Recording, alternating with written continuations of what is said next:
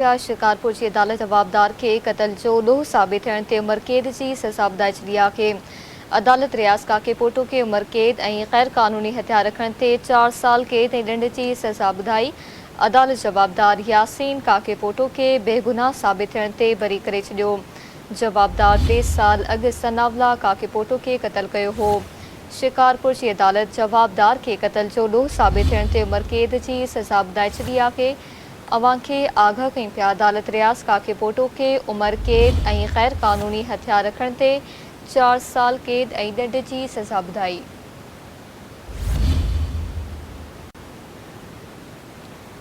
अदालत जवाबदार यासीन काके पोटो के बेगुनाह साबित थियण ते बरी करे छॾियो।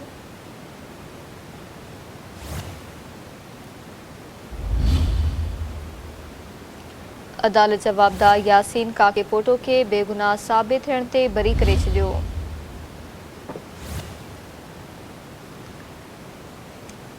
जवाबदार 3 साल अॻु सनावला काके पोटो के कत्ल कयो हो। शिकारपुर मां तफ़सील मालूम कंदासीं। Sindh TV news reporter Sarang बबड़ खान। जी सारंग, आगाह कजो।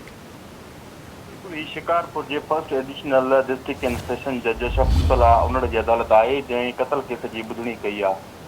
कत्ल कयो वियो हो सनावला पुट अली गुल काके पोटो के 3 साल अॻु में ॻोठ आहे दरवेश काके पोटो उतां जो रवासी हो करन थाणे जी हद में उनके पुट जी फरियाद ते जेको आहे चइनि जवाबदारनि मथां केस दाख़िल कयो वियो जंहिंमें अॼु जेके 2 जवाबदार गिरफ़्तार हुआ उन्हनि जी अदालत ॿुधणी कई आहे। उन्हनि में जेको आहे त हिकिड़ो जवाबदार जे मथां ॾोह साबित थियो आहे जवाबदार रियाज़ काको पोटो खे कत्ल जो ॾोह साबित थियण ते अदालत पारां उमिरि कैद ऐं 20 लाख रुपया ॾंड जी सज़ा ॿुधाई वई आहे। जॾहिं त जवाबदार रियाज़ काको पोटो खे हथियार रखण जे ॾोह में धार 4 साल कैद ऐं 10,000 रुपया ॾंड जी सज़ा ॿुधाई वई आहे। जॾहिं कि हू ॾंड न भरींदो त वधीक 5 साल कैद काटींदो।